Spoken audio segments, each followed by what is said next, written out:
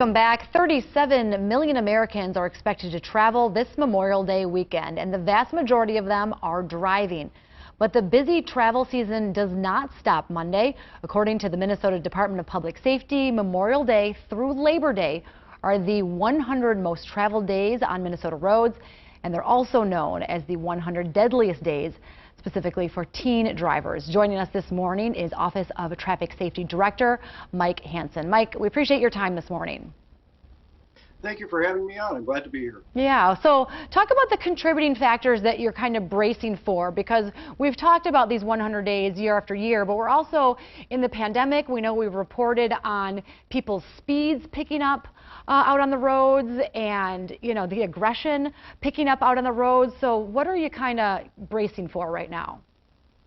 Well, you hit on what our biggest concerns are right now.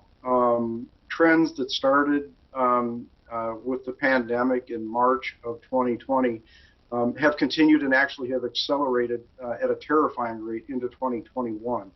Speed is by far and away the leading contributing factor right now that is leading to these fatalities that we're seeing on Minnesota roads. Our speed fatalities are 100% or almost 100% ahead of where they were at this time last year. And so we have a big problem, especially as traffic begins to rebuild to pre-pandemic levels. Couple that with folks who still don't take that 2 seconds to put that seatbelt on, and you have an absolutely deadly combination. As we start to see restrictions lift, we start to see some workplaces get back to a little bit of normal, maybe be a hybrid level of being in the office or something like that. We're starting to see a few more people out on the roads. Are you starting to see some of those speeds come down, or some of that back off of some of those dangers, or is it still consistent with what you were seeing this time last year? That's the terrifying part. It is not ceasing at all. If anything, we're seeing more, especially of those really egregious speeds, those over 100-mile-an-hour violations. The State Patrol most recent numbers show that they're tracking ahead of where they were last year, which was a record year for them for the number of those types of violations.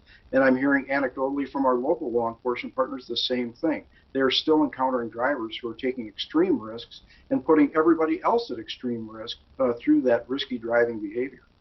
And right now, as you mentioned, there are extra seatbelt patrols out there. That's the big message. It has been for years to get people to wear their seatbelts.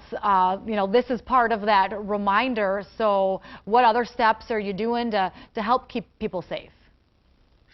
Again, yeah, this is the seatbelt campaign that we're taking part in right now. It's a great way to kick off the summer.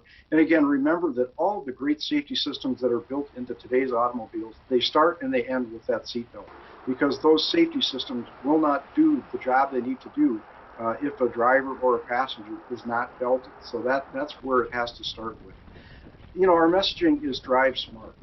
Slow down, drive according to the speed limit or the existing traffic and road conditions. Wear that seatbelt, never drive impaired, and always give that driving task your full attention. There's no excuse for distracted driving. And remember that speed. That's the one thing that every driver is in absolute control of every moment they're behind the wheel. And you're not going to save the kind of time that you think you're going to save. And remember that you're sharing the road with people's moms, dads, kids, brothers. We got to do this together. It takes everybody cooperating for our transportation system to work safely. And of course, this time of year, we're sharing the road not only with other vehicles, but we're sharing the road with people hauling boats or trailers, or somebody broken down on the side of the road, or construction. So there's all those other factors as people are getting on the road, maybe not just their quick drive to work, but also taking long trips. What are some of your, starting with the seatbelt, but what are some of the main things that you want people to remember? Well, first of all, when you talk about the construction zones, and we have a lot of them in Minnesota, and they're in some real critical points, and that's really where you need to watch that speed. Those DOT employees and those contractors are out there working. That's their office. And remember that we need to give them a break and slow down through those work zones. If you're going to be pulling a trailer at any point during the summer, just make sure you give it a good equipment check, make sure the lights work, the wheel bearings have been properly serviced. And for those who are hauling boats with accessories in them, or any trailer for that matter, make sure that that load is secured properly. We don't need to have needless crashes and injuries and deaths occurring because somebody doesn't take the time to secure that cargo in that trailer.